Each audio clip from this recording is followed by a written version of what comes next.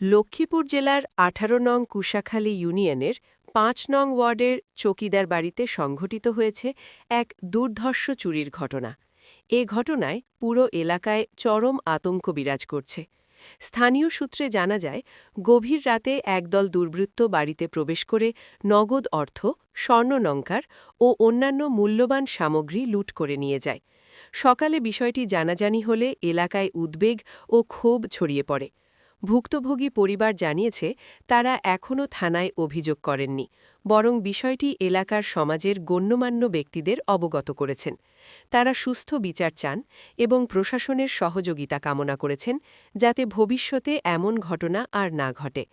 এলাকাবাসীর অভিযোগ, সম্প্রতি কুশাখালী এলাকায় চুরির প্রবণতা বেড়েছে। তারা দ্রুত কার্যকর ব্যবস্থা গ্রহণ ও নিরাপত্তা জোরদারের দাবি জানিয়েছেন। সচেতন মহল বলছে, অপরাধী যেই হোক না কেন, তাদের শনাক্ত করে আইনের আওতায় আনা জরুরি।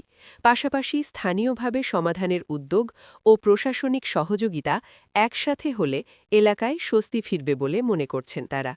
আপনারা দেখছেন টিভি শহীদ, সত্যের পথে মানুষের কণ্ঠস্বর।